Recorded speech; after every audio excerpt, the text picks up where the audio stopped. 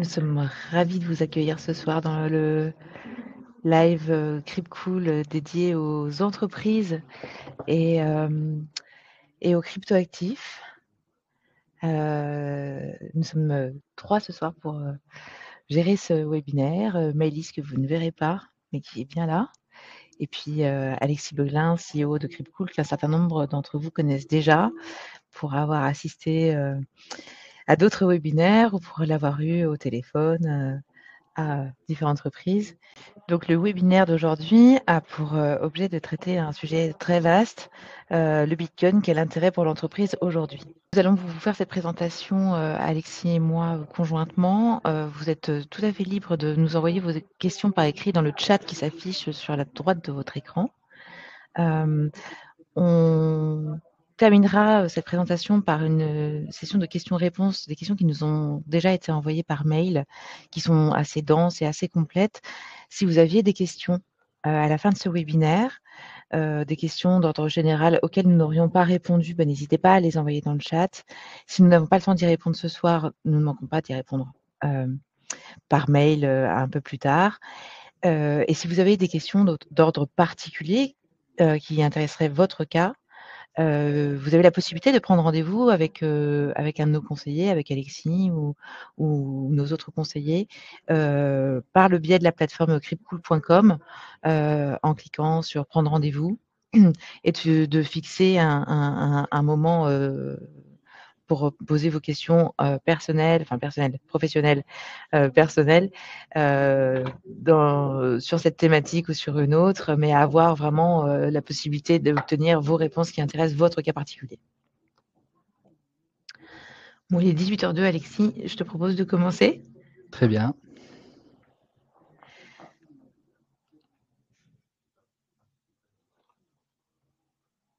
Alors, nous allons aborder différentes questions, différents aspects de ce sujet ce soir. On va d'abord présenter un peu CryptCool pour ceux qui ne connaîtraient pas la plateforme. Et puis après, comment s'inscrivent les cryptos dans une stratégie d'entreprise? Quels sont les aspects des cryptos et de Bitcoin en particulier qui peuvent intéresser les entreprises aujourd'hui? Comment ça fonctionne sous les angles juridiques, comptables, fiscaux? Et comment ça se passe en pratique, la mise en œuvre d'une intégration de Bitcoin dans une diversification de trésorerie d'entreprise, par exemple, avec les aspects comptables et fiscaux que nous prendrons, que nous évoquerons alors de la manière la plus claire possible, qui ne sera évidemment pas exhaustive, mais qui vous donnera en tout cas un aperçu assez juste, j'espère, de ce à quoi ça ressemble. Et puis nous terminerons par une session de questions-réponses. Tout d'abord, je vais commencer par une petite présentation de CryptCool, qui est une entreprise qui a été lancée fin 2023, une plateforme d'achat, vente et conservation de crypto-actifs, qui a la particularité en fait de proposer une conservation très sécurisée des portefeuilles crypto de ses clients, puisqu'ils sont placés en sécurité dans les chambre forte du groupe Au Coffre au port franc de Genève. Conformément à la loi française, CryptCool est une plateforme enregistrée PSAN, prestataire de services sur les actifs numériques auprès de l'autorité des marchés financiers française. CryptCool, c'est d'abord une plateforme qui a été dessinée de sorte à parler simplement de crypto aux gens qui s'y intéressaient sans chercher à obtenir une expertise particulière. Donc, qui offre des fonctionnalités simples d'achat, de vente et de conservation, centrées autour de 3 cryptos que sont Bitcoin, Ethereum et la crypto or maison qui a été créée en 2019, qui s'appelle VeraOne et qui offre 2 avantages principaux qui sont d'une part la diversification vers l'or au sein d'un portefeuille crypto et d'autre part un outil d'arbitrage d'un portefeuille crypto pour sécuriser ses plus-values autrement qu'en passant par la vente en euros de ces cryptos. Mais nous aurons l'occasion de revenir sur ce sujet-là plus précisément à l'occasion d'un webinaire ultérieur. Et puis, si ça vous intéresse d'en savoir un peu plus sur VeraOne, n'hésitez pas à vous abonner à notre newsletter qui vous donnera beaucoup plus d'informations sur VeraOne. Cryptcool est une entreprise donc qui s'inscrit, comme la 3e entité du groupe Aucoffre, le groupe Aucoffre que certains d'entre vous connaissent bien, qui a été créé en 2009 et qui propose des solutions d'investissement et d'épargne en métaux précieux, et qui regroupe aujourd'hui même plus de, je crois 50 000 clients. Et Cryptcool est également la sœur de Veracash, développée en 2012, qui elle propose un compte en ligne et une carte de paiement adossée aux métaux précieux. Si ces solutions vous sont encore inconnues et qu'elles vous intéressent, n'hésitez pas à nous le dire également en nous joignant par email. Nous aurons le plaisir de vous recommander à nos collègues d'Aucoffre et Veracash. Alors, revenons à notre mouton du jour. Pourquoi parler de Bitcoin aujourd'hui? Bitcoin a dépassé récemment le cap des 100 000 €, qui est un cap symbolique bien sûr. Dans un contexte économique agité, il faut se souvenir que Bitcoin, c'est un actif numérique qui a vu le jour il y a 15 ans à peine, qui valait quelques centimes de dollars il y a 15 ans et qui aujourd'hui continue une ascension certaine et régulière vers des sommets qui sont qui sont à chaque fois pronostiqués, mais de manière assez aléatoire et dont on ne peut que constater le chemin continu et bluffant. Donc clairement, c'est un actif qui aujourd'hui prend une importance et un sens différent dans l'économie des particuliers comme des entreprises. Il s'agit aujourd'hui de voir quelle place Bitcoin peut avoir dans l'économie des entreprises. Mais pourquoi on en parle en ce moment? C'est parce que devant un tel cours, évidemment, on ne peut pas faire abstraction de Bitcoin comme un élément déterminant de l'économie française aujourd'hui. D'autant que cette économie aujourd'hui, elle est touchée par une crise récurrente qui touche l'inflation, la dégradation des notes attribuées à la France et notamment la dernière attribuée par Moody's. Et par conséquent, la confiance dans les monnaies fiduciaires qui est largement abîmée aujourd'hui et qui pousse de plus en plus les gens vers des alternatives aux monnaies d'État classiques, les cryptoactifs pour ne pas les nommer et Bitcoin en particulier.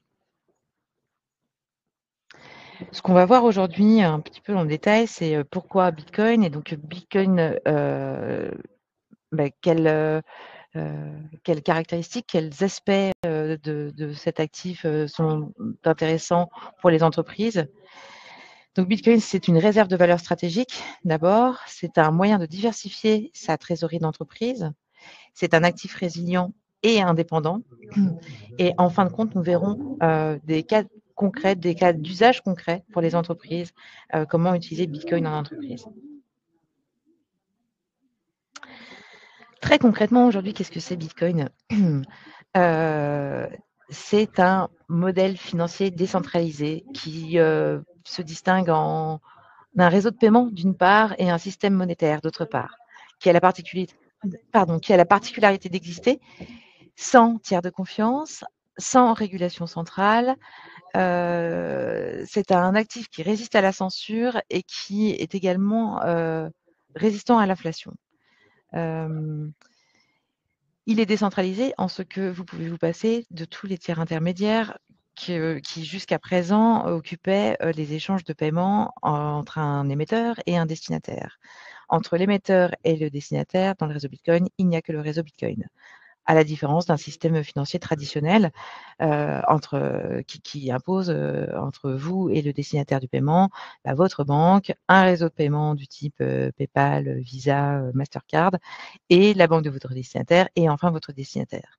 Ce qui évidemment est facteur non seulement de frais, mais également de délai de traitement, et puis, disons-le, d'être tributaire à la fois de la disponibilité, du bon vouloir, des jours d'ouverture, des conditions d'utilisation de tous ces intermédiaires.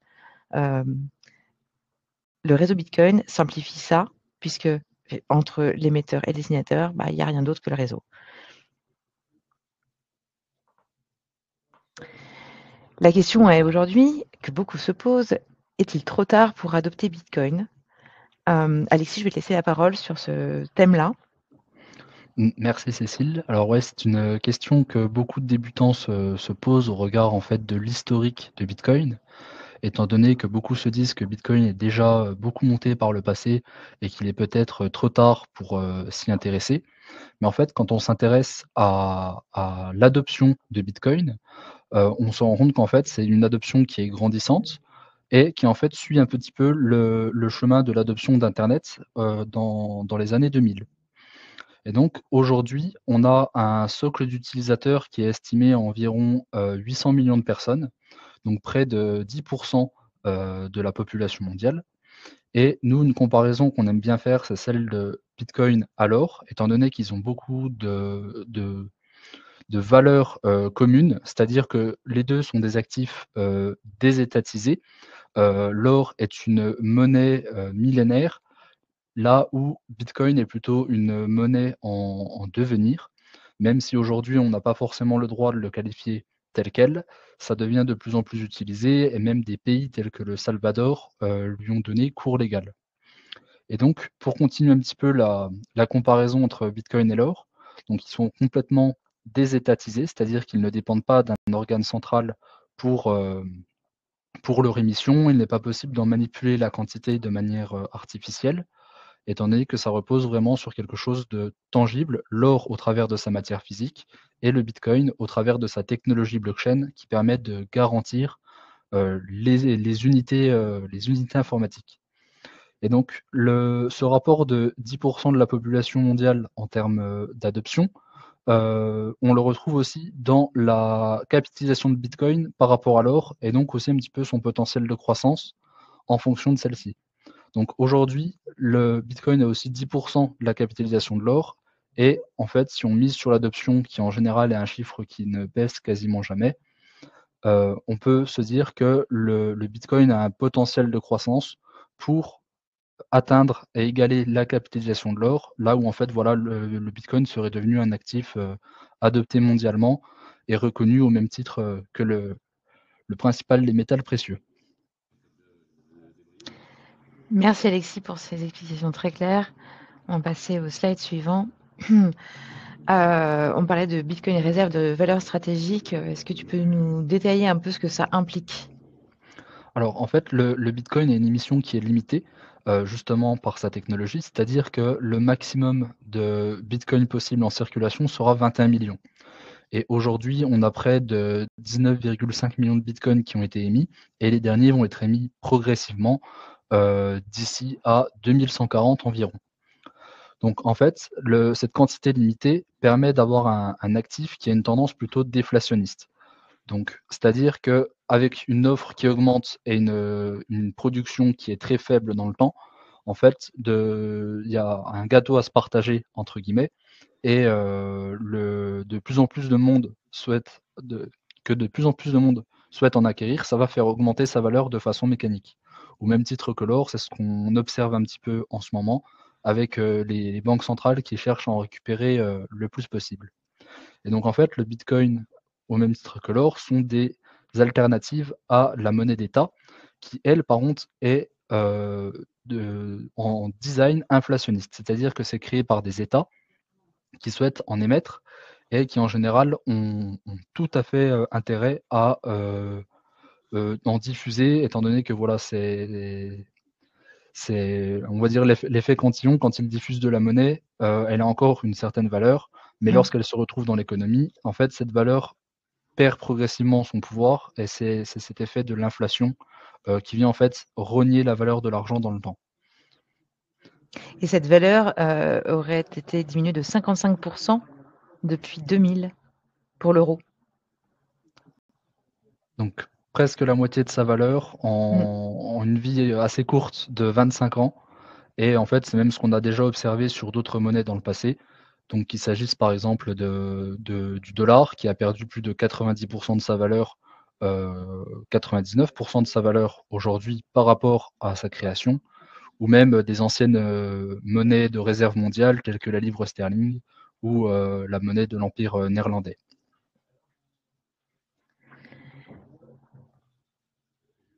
Je te remercie. Bitcoin comme actif de diversification de trésorerie, donc on arrive un petit peu à notre sujet là, plus précisément, et actif liquide. Tout à fait. C'est-à-dire qu'en fait, Bitcoin aujourd'hui est un actif qui est extrêmement liquide. Donc la liquidité, c'est la capacité à vendre, vite et dans de bonnes conditions un actif.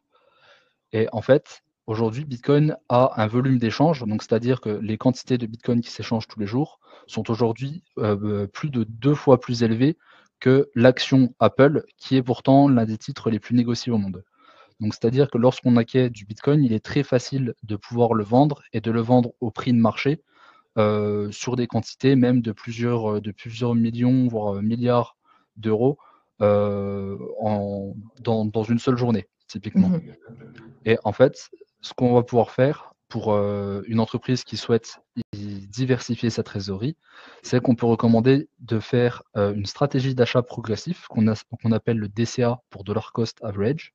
Et en Mmh. fait, ça consiste en des versements réguliers d'achat pour acquérir du bitcoin et diminuer les effets de la volatilité. Oui, donc en fait, en pratique, on se choisit un budget, des échéances, d'achat et on répercute toujours le même budget aux mêmes échéances, de sorte que, la volatilité des cours est atténuée par la régularité des achats. C'est ça, ça permet de diminuer en fait le fait de rentrer sur un point haut, Mmh. et donc qui si on rentre avec l'intégralité de son capital d'un coup, on est exposé à un seul point du cours de l'actif, que si on rentre sur plusieurs étapes, en fait, on va pouvoir lisser son point d'entrée et donc avoir un mélange de plusieurs cotations différentes et réduire un petit peu l'impact, de la volatilité à court terme. C'est très clair, merci Alexis. C'est également, pardon, un actif décorrélé. Est-ce que tu peux nous expliquer un peu ce que ça signifie? Oui, alors en fait, c'est-à-dire que c'est un actif qui ne suit pas, d'autres actifs. Donc en fait, on peut le voir un petit peu sur, ce petit tableau où le bitcoin est comparé avec, les bons du trésor américain, le S&P, l'or et le l'index dollar. Et en fait, lorsque ce chiffre est à 1, ça veut dire que l'actif réplique, de façon égale le cours. C'est par exemple le cas des ETF, ce qu'on va aborder après.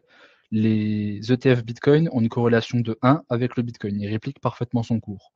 -1, c'est l'inverse, c'est-à-dire que si le cours fait +1, le cours de l'actif fait -1. Et lorsqu'on est proche de 0 ou que ce chiffre est assez faible, c'est qu'il y a une décorrélation. Donc en fait, le Bitcoin ne va pas être corrélé à des actifs plus traditionnels. C'est ce qu'on a observé historiquement, même si sur la dernière période, il y a une petite corrélation avec le Nasdaq. Mais en cas de crise ou de mouvement un peu brutal de marché, ce n'est pas forcément vrai. Ça peut l'être un petit peu par période, mais en général, le Bitcoin est complètement décorrélé. Et donc du coup, se pose la question de comment investir, comment diversifier sa trésorerie en achetant du Bitcoin entre les ETF et le Bitcoin. Donc l'ETF, en fait, va être uniquement une exposition à la performance, c'est-à-dire que c'est un produit financier qui réplique, la, performance de marché du Bitcoin. Mais la principale différence, c'est qu'en fait, on va avoir des qualités de Bitcoin qui sont perdues, étant donné qu'on va être sur un produit financier traditionnel. Donc typiquement, c'est un produit qui est stocké, dans les banques, le produit financier en lui-même. Ça ne peut pas être utilisé comme moyen de paiement. Les transactions peuvent être bloquées par un intermédiaire qui décide de ne pas accepter la transaction. Il n'y a pas de réserve fractionnaire, c'est-à-dire qu'en fait, un bitcoin est forcément égal à un bitcoin, là où en fait un ETF bitcoin peut être composé d'actifs pour répliquer synthétiquement le cours du bitcoin. Donc ça crée en fait une différence entre le produit réel et le produit, artificiel qui suit sa performance. Et donc aussi une question de souveraineté, c'est-à-dire qu'un ETF est émis par un émetteur qui est un intermédiaire financier, là où Bitcoin est complètement indépendant, de toute structure. Bah, pour résumer, ce qui fait Bitcoin, ce qui fait, le caractère exceptionnel de Bitcoin ne se retrouve pas dans l'ETF Bitcoin. C'est ça. En fait, on perd beaucoup de ces, on va dire, fonctionnalités où, au final, l'ETF n'est juste qu'une exposition au cours, mais en Mmh. perdant de nombreuses qualités qu'a le Bitcoin. Très bien, donc à ne pas confondre. Tout à fait. Merci Alexis. Bitcoin, c'est aussi un actif, résilient et indépendant, notamment en ce qu'il est décentralisé. C'est-à-dire que Bitcoin, par, essence, ne dépend d'aucun gouvernement, aucune banque centrale, aucun tiers. Cette indépendance permet aux entreprises, notamment et tous les porteurs de portefeuille Bitcoin, de se prémunir pardon, contre des risques systémiques et des restrictions financières. Heu, c'est l'intérêt principal et c'est la caractéristique de Bitcoin, c'est qu'effectivement, il n'est pas sous influence d'un d'une contingence ou d'un régime politique ou économique quelconque. Il est parfaitement, imperméable à ce type de gouvernance. Hem, je ne sais pas si tu as quelque chose à ajouter sur ce point, Alexis? Non, c'est vraiment en fait ce qui le différencie par exemple de l'ETF comme on l'avait vu avant. C'est justement, ses qualités, propres, donc le fait d'être complètement indépendant, d'être décentralisé et d'être désétatisé. Merci beaucoup. Hem, on va passer rapidement aux usages concrets de Bitcoin pour les entreprises, et notamment, ce en quoi il est une optimisation de trésorerie, un moyen de paiement et également un levier d'attractivité commerciale. Est-ce que tu peux nous détailler un petit peu ça? Oui, alors en fait, ça va être, un moyen d'optimiser, une part de sa trésorerie excédentaire, donc pour la diversifier, pour avoir, une forme de protection contre l'inflation. Donc toujours garder en tête d'investir une part de la trésorerie qui n'est pas nécessaire pour couvrir les charges courantes, étant donné que voilà, ça va plutôt être, on va dire, une réserve avec un objectif, moyen long terme. Mmh. Une entreprise va aussi avoir la possibilité d'accepter des paiements en bitcoin. Donc typiquement, ça peut, être des paiements qui sont moins chers dans certaines situations, des transactions qui sont rapides, qui n'impliquent pas d'intermédiaire et qui sont possibles 7 jours sur 7, 24 heures sur 24. Donc par exemple, là où une transaction, le vendredi va arriver, à la réouverture des banques la semaine suivante, quand on paye par carte bancaire chez un commerçant, eh bien, en bitcoin, on le reçoit directement, après quelques minutes à la validation du bloc. Mmh. Et après, il y a aussi un enjeu, d'attractivité commerciale, de communication. C'est-à-dire qu'aujourd'hui, une entreprise qui accepte de la crypto, elle va pouvoir, se créer de la visibilité sur cette annonce, accéder à une nouvelle clientèle un petit peu curieuse de ce qu'il propose, qu'il n'aurait pas pu avoir par d'autres canaux.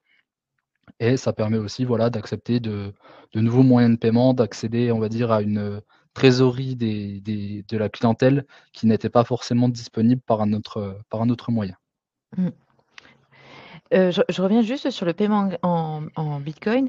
Il y a aussi un autre aspect, c'est que dans le cadre du paiement en bitcoin, la charge des frais inhérents au paiement est renversée. En fait, elle ne repose plus, comme jusqu'à présent sur le commerçant ou enfin celui au bénéfice duquel le paiement est fait, mais sur le payeur. C'est ça.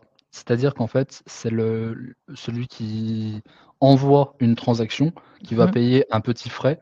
En fait, c'est un frais qui est payé au mineur qui se charge de valider et de sécuriser les transactions sur la blockchain. Très bien. Donc ça révolutionne également un peu l'image qu'on se fait, du paiement, systématisé, qui, aujourd'hui, dans le cadre des, différentes solutions de paiement centralisé, font peser l'ensemble des charges sur, le bénéficiaire du paiement. Alors que dans le cadre du paiement en bitcoin, ces charges reposent sur l'émetteur du paiement. C'est ça. Du coup, c'est pas le même la même personne, ça va permettre un petit peu de faire réaliser déjà au client qu'il y a des frais sur ce type de transaction, car, Mmh. côté client, c'est vrai on pense parfois qu'il y a pas de frais sur les transactions par carte ou ce genre de choses, alors qu'en Oui. fait, ces frais sont plutôt supportés par le commerçant.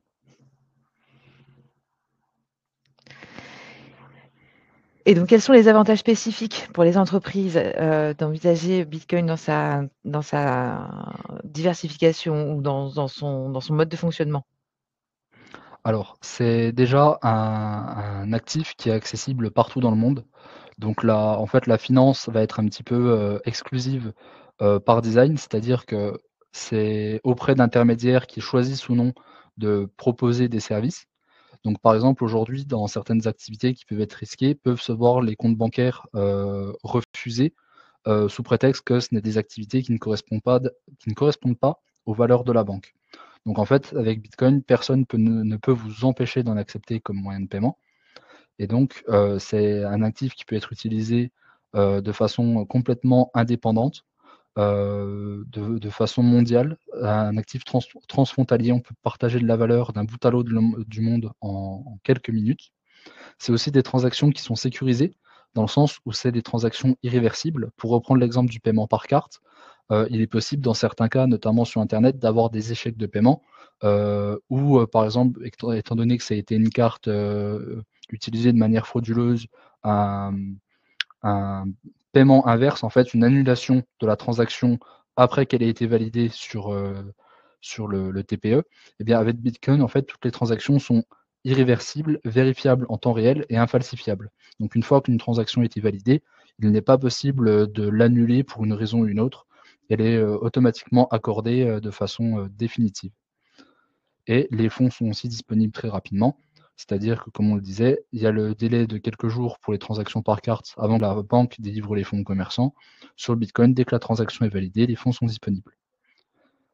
Et enfin, sur la partie gestion de la volatilité, étant donné que voilà, c'est un actif qui bouge beaucoup, on peut diminuer son risque en investissant plutôt sur le long terme ou en ayant recours au DCA comme on l'évoquait plus tôt. Merci Alexis pour ces précisions. En pratique, comment on intègre Bitcoin? Quelle stratégie adopter? Mmh. Alors il y a 2 grandes stratégies. La première, celle qu'on appelle le lump sum. En fait, c'est simplement dit de façon un peu plus facile, c'est le fait de tout investir d'un coup. Par exemple, si on a, une certaine quantité de trésorerie à investir, on la met d'un seul bloc sur le marché au moment qui nous semble opportun. C'est une stratégie qui est plus risquée, donc si on a un bon timing, on peut avoir, des rendements qui sont supérieurs, au DCA. Mais du coup, c'est très sensible à la volatilité. Ils font un très bon timing et c'est, on va dire, la méthode la plus risquée. La méthode qui permet de diminuer un petit peu le risque, ça va être le DCA, donc l'investissement, récurrent, c'est-à-dire un petit montant, on va lisser son investissement dans le temps et donc ça permet d'être moins sensible au cours, de lisser l'impact de la volatilité, mais ça demande, voilà, un peu plus de suivi dans le temps, même s'il est possible de mettre en place des outils pour le faire de manière complètement automatique. Merci beaucoup. On a préparé un petit, exemple très, pratico-pratique de comment intégrer, Bitcoin, quand on est une société. Ce Est-ce que tu peux nous détailler, cet exemple Alors d'entreprise qui aurait 300 000 € de fonds dormants sur un compte, à investir? mmh là, par exemple, ça va être une entreprise qui va appliquer une stratégie mixte, donc qui va investir, 10 de sa trésorerie disponible d'un coup, donc en lump sum, c'est-à-dire qu'il va choisir son moment pour l'investir sur le marché, et donc ça va directement cette somme, suivre, le cours du bitcoin dans le temps. Et qui va choisir d'investir le reste de son flux, mensuel disponible après paiement des charges, donc son bénéfice, d'en investir 10 tous les mois.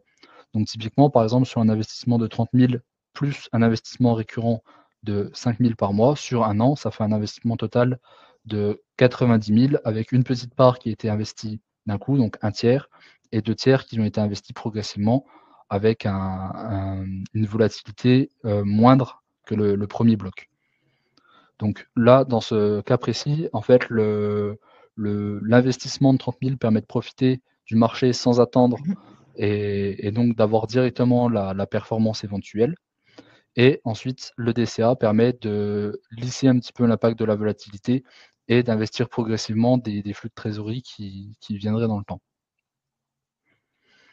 Et aussi, comme on le disait, il y a un petit aspect d'image où en fait ça peut créer de la visibilité, de dire que son entreprise, utilise, du bitcoin. C'est-à-dire que voilà, c'est plus ça peut donner une image de modernité, un petit peu innovant et attirer une nouvelle clientèle.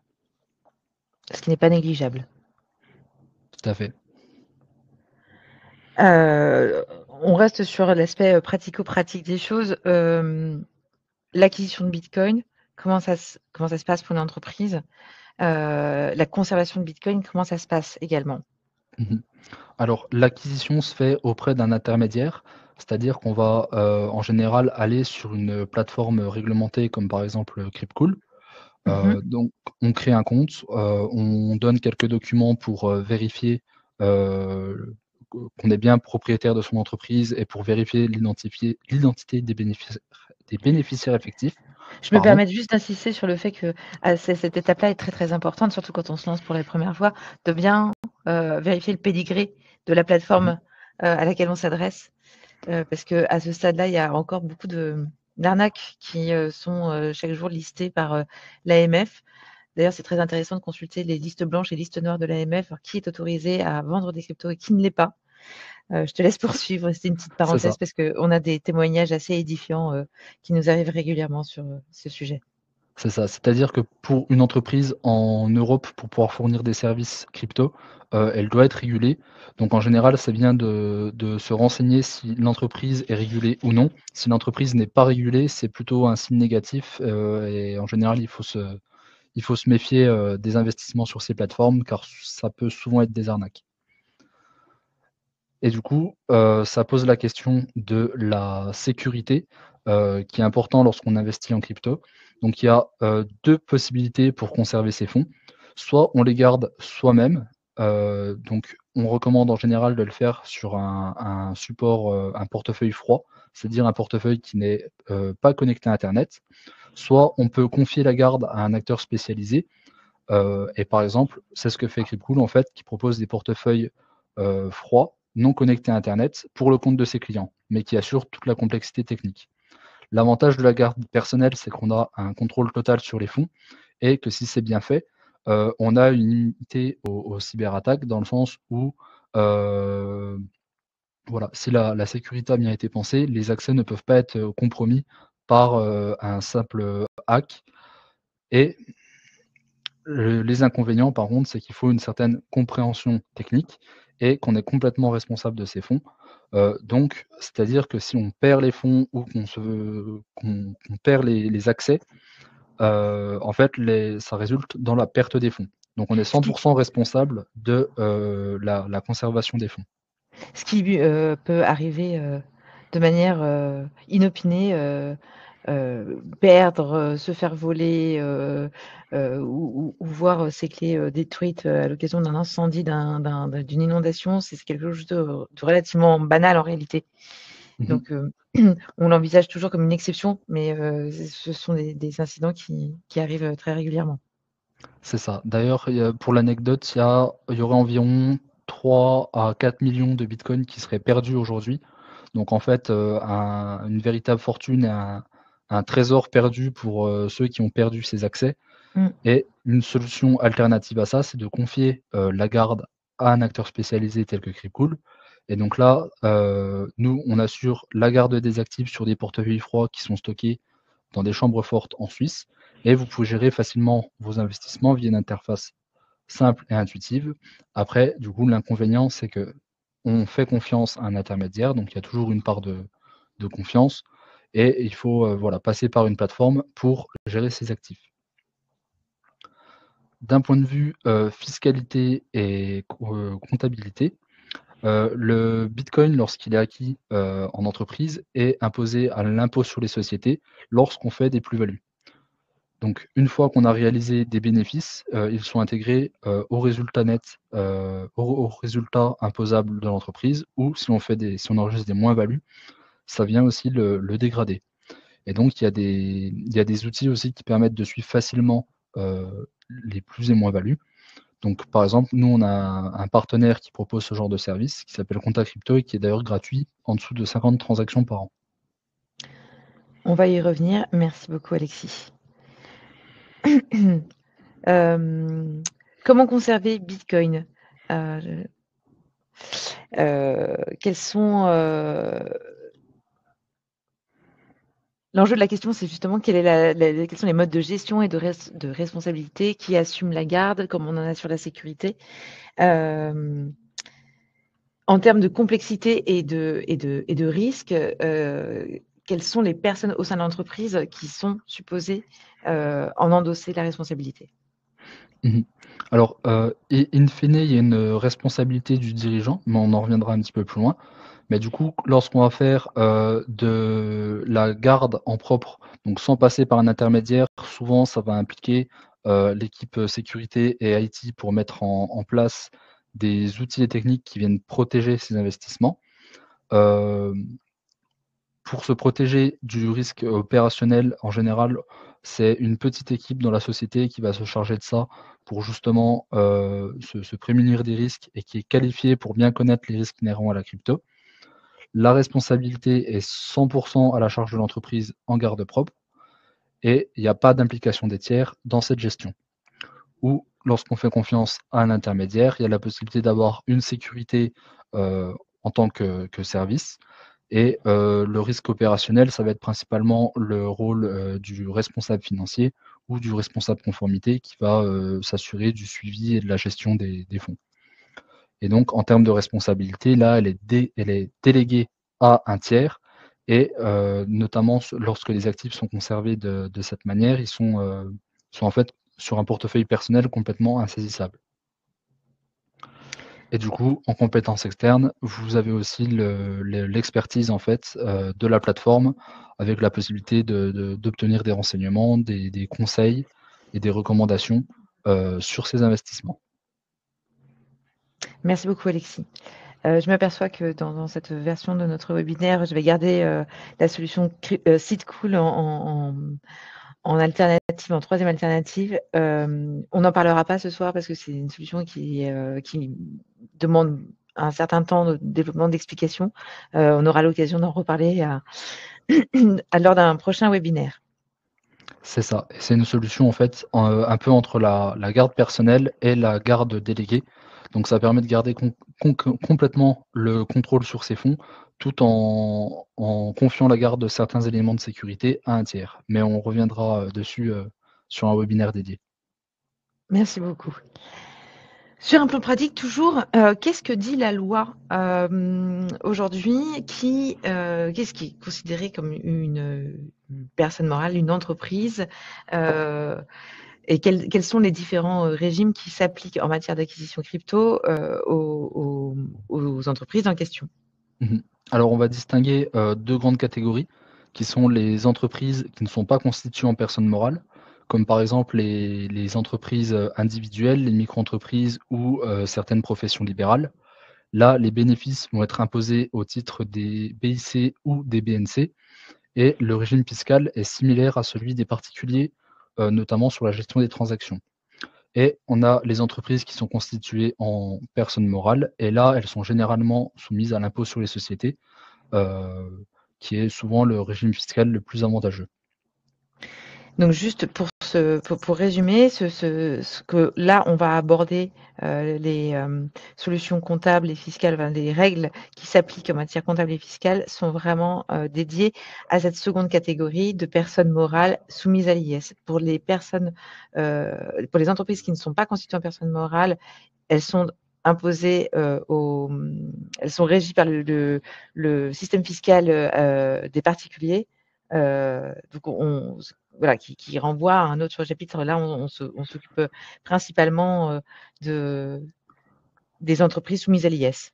Mmh. Et pour ceux que ça intéresse, nous avons un webinaire dont le replay est disponible sur la chaîne YouTube Cryptcool, sur lequel on détaille, en long et en large, la fiscalité des particuliers qui s'appliquerait pour ce type d'entreprise. Webinaire d'ailleurs qui sera mis à jour cette année et qu'on réitérera, très certainement au mois de mars.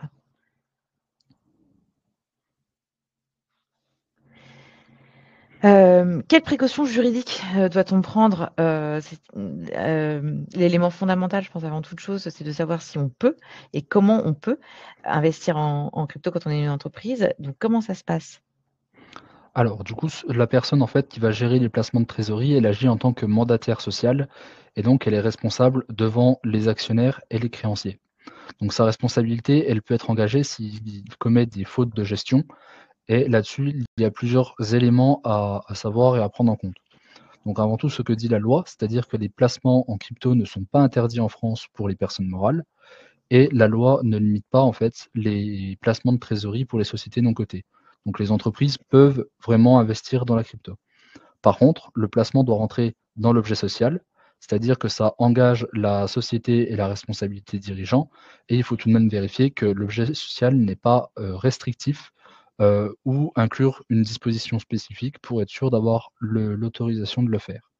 Et enfin, le placement doit être autorisé par les statuts, donc il faut vérifier s'il n'y a pas des limitations sur les investissements, possibles pour la société ou, des montants d'investissement spécifiques. Donc pour résumer encore une fois, sur un plan, législatif, ce qui n'est pas interdit est autorisé.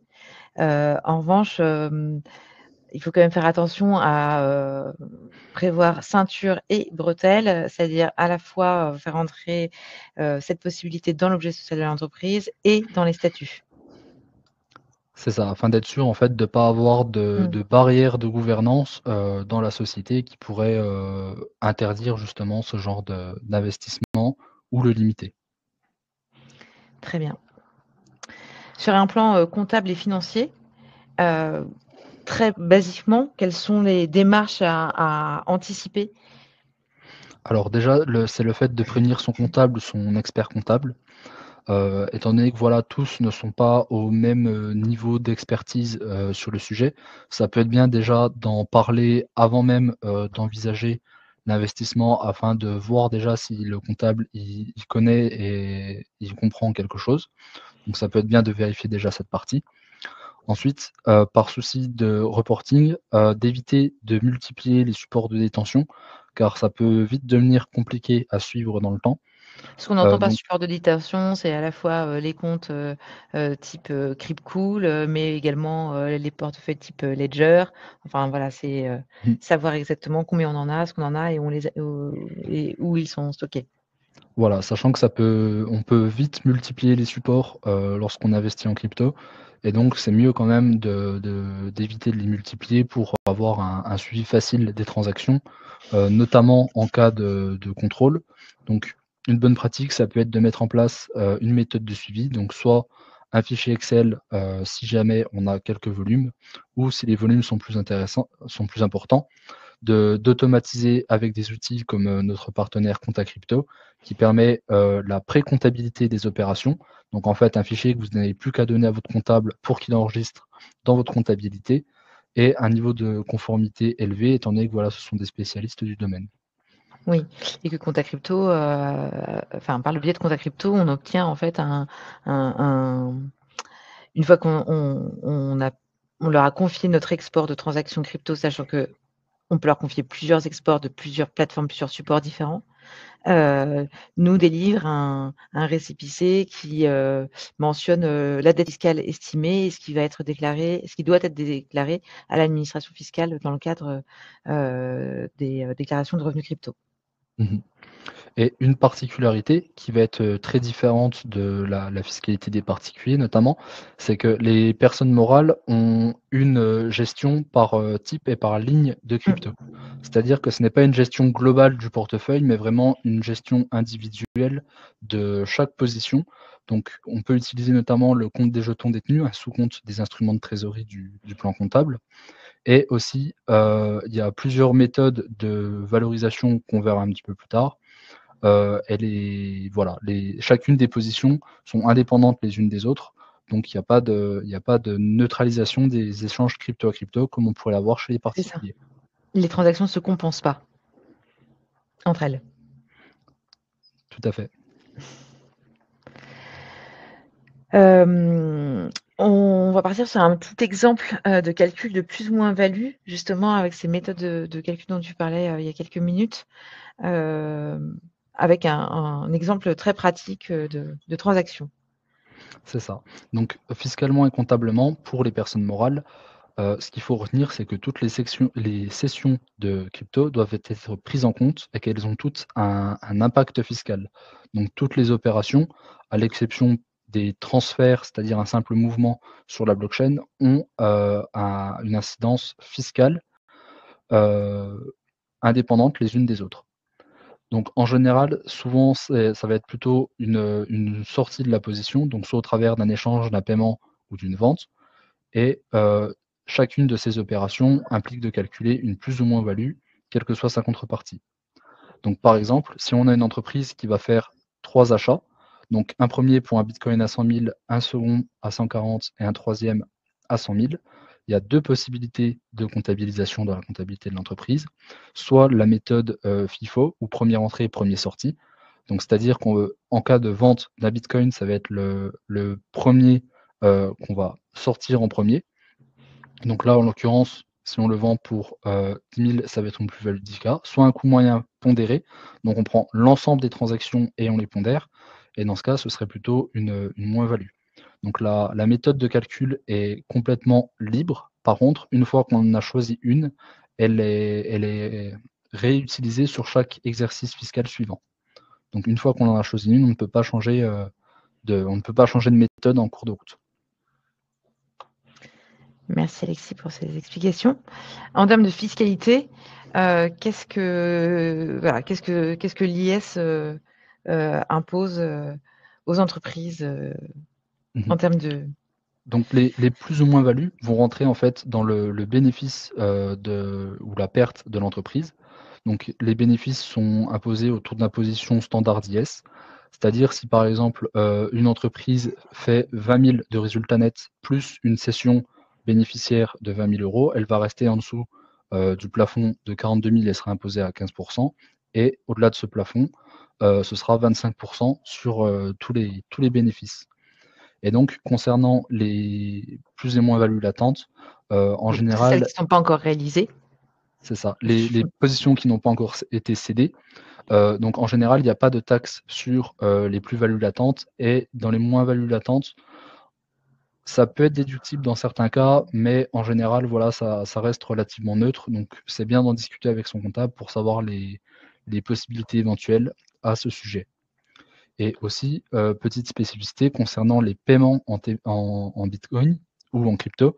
Lorsqu'une entreprise accepte les cryptos en tant que moyen de paiement à ses clients, eh bien, en fait, on peut accepter des cryptos en paiement, mais le montant de la facture doit être exprimé en euros et l'entreprise doit aussi collecter la TVA comme si elle l'aurait fait si c'était une transaction classique.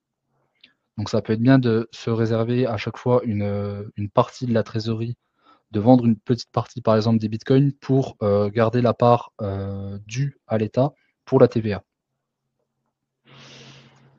Très juste explication, merci Alexis. On arrive un peu à la fin de cette présentation de Bitcoin pour les entreprises, en terminant par un chapitre assez costaud sur la comptabilité et la fiscalité, mais on espère que ça vous aura donné une idée des spécificités de la diversification en crypto pour les entreprises par rapport au régime des particuliers, sachant qu'évidemment, c'est vraiment une amorce d'informations et que le sujet peut rester peut continuer d'être creusé sous ces différents angles précisément. On va aborder notre dernière partie qui est consacrée aux questions et réponses que nous avons reçues, avec une première question. Quelle fiscalité pour l'achat et la détention de Bitcoin au sein d'une société française? Donc, comme on l'a vu, en fait, c'est intégré au résultat de l'exercice. Donc, en venant le gonfler s'il y a des plus-values ou le réduire s'il y a des moins-values. Et c'est soumis à l'impôt sur les sociétés dans les conditions du droit commun à ce sujet. Merci Alexis. Deuxième question. Une société française peut-elle verser des dividendes en Bitcoin? Alors, en théorie, oui, c'est possible juridiquement, mais ce sera une cession imposable pour la société. Donc, c'est-à-dire que le fait de se rémunérer en dividende en crypto, ça n'a pas d'intérêt sur un plan fiscal, mais uniquement sur un intérêt opérationnel afin d'éviter le paiement par les banques. Quel est l'impact fiscal lors du passage en euros ou en stablecoin? Alors, Dans le cadre des particuliers, le passage à l'euro, c'est une cession imposable et le passage sur des stablecoins, c'est non imposé, au titre de la neutralisation des échanges crypto à crypto. Mais dans le cadre des personnes morales, c'est dans tous les cas, une cession générant une plus ou moins value à intégrer au résultat. Donc ça, c'est une vraie différence avec le régime des particuliers. Mmh. Que se passe-t-il en cas de perte d'accès à un ledger? Donc si, les cryptos sont perdus, notamment dans le cas de la garde en propre, il est possible de passer une écriture comptable pour constater la perte. L'administration fiscale aura la charge de prouver que la perte n'est pas réelle, mais attention à ne pas essayer de justement de Oui, sortir des fonds par ce moyen-là, car l'administration fiscale a des outils qui sont de plus en plus rodés, pour, analyser les transactions crypto. le cas des ledgers qu'on a perdus et puis qu'on retrouve miraculeusement, plusieurs années après, c'est ça? Typiquement, ça passe pas. Ouais. Les entreprises individuelles peuvent-elles détenir du bitcoin dans leur trésorerie? Donc on entend entreprises, individuelles, les auto-entreprises. Alors oui, c'est possible, mais étant donné que le patrimoine, est confondu avec le patrimoine personnel, donc il y a pas de patrimoine distinct comme dans le cas d'une personne morale, eh bien, en fait, ça rentre dans le patrimoine de l'entrepreneur et il est soumis au régime, au régime, fiscal des particuliers. Est-il recommandé de faire voter une assemblée générale pour autoriser l'investissement en bitcoin? Oui et c'est même, obligatoire dans le s'il y a besoin de faire des modifications de statut ou d'objet social, et ça peut être bien de le faire pour limiter les risques vis-à-vis des associés et des créanciers. Je vais sauter la question 7 qu'on avait choisi de ne pas de ne pas vraiment traiter, mais enfin, en réalité, oui, les fonds détenus par Cryptool sont-ils assurés? Bah, oui. C'est en cours. Peut-on verser des salaires en bitcoin? Alors oui, c'est possible au-dessus du salaire minimum, mais il faut, l'accord express du salarié, l'informer des conséquences fiscales et surtout, il faut tout de même établir une fiche de paie en euros. Donc, comme en fait s'il avait été payé en euros, c'est simplement le moyen qui va changer, in fine. Est-ce qu'une SCI peut ouvrir un compte chez Cryptool? Oui et s'il s'agit d'une SCI à l'IS, il s'agira d'un compte entreprise, tout simplement. Et enfin, est-ce qu'il est possible de créer une stratégie d'investissement mixte sur Cryptool? DCA, donc plus, lump sum, ce dont on parlait, il y a quelques Mmh. minutes.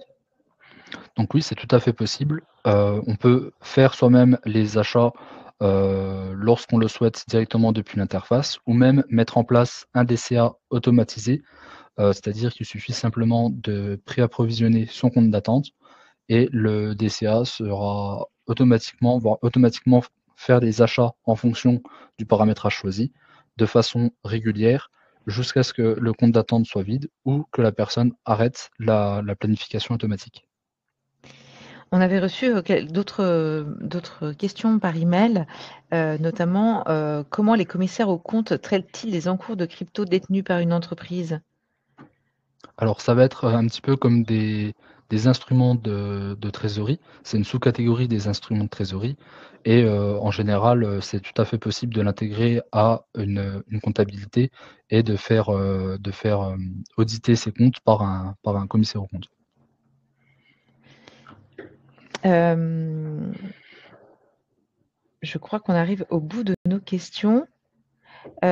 On avait une dernière question. Est-ce qu'un compte Cryptcool permet de recevoir un paiement en bitcoin, heu, d'un client depuis son application? Alors j'imagine une application, de Alors paiement.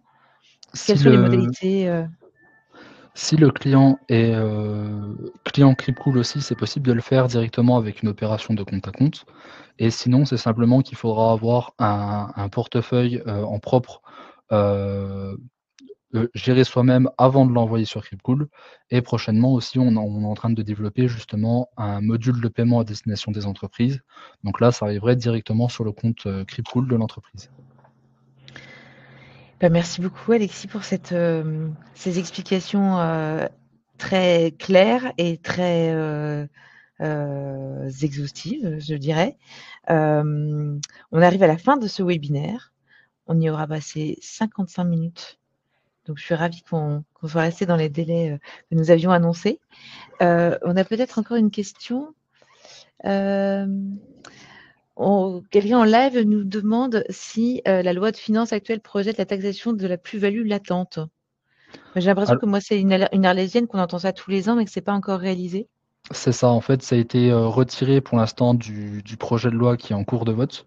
Donc on y échappe de peu, entre guillemets, à surveiller, mais c'est vrai que la plupart des professionnels de l'industrie voient difficilement comment ça pourrait être appliqué et en fait, ça pourrait mener à plusieurs types d'aberrations fiscales. Donc c'est pas dit que le projet soit retenu, en tout cas pour le projet de loi finances, 2025, ce n'est plus le cas, heureusement et on espère que ce ne sera pas le cas à l'avenir non plus. Très bien, comme ça on clôt ce webinaire sur une note très, très, très actuelle. Merci beaucoup Alexis pour toutes tes réponses, pour la contribution à ce webinaire qui était assez technique, mais j'espère qu'il vous aura aidé à y voir plus clair dans ces méandres juridico fiscaux réglementaires. J'espère que ça vous a éclairé et que vous serez à nouveau nombreux à nous suivre sur ces contenus qui nous demandent des préparations très denses, mais dont on est en général très content parce que on voit qu'ils trouvent écho parmi nos clients. Je vous souhaite une excellente soirée. Si vous avez d'autres questions à nous envoyer, encore une fois, si vous aviez un cas particulier à évoquer, n'hésitez pas à prendre rendez-vous via la plateforme et à nous envoyer vos questions par email ou par téléphone. On reste disponible pour ça. Et puis, voilà, sur ce, moi, je vous souhaite une excellente soirée. Je remercie mes collègues Alexis et Malice pour leur aide et leur contribution à la réalisation de ce webinaire. Et à très bientôt, certainement un webinaire le mois prochain, peut-être sur la fiscalité des cryptos pour les particuliers. Merci infiniment et puis à très bientôt. Très bonne soirée.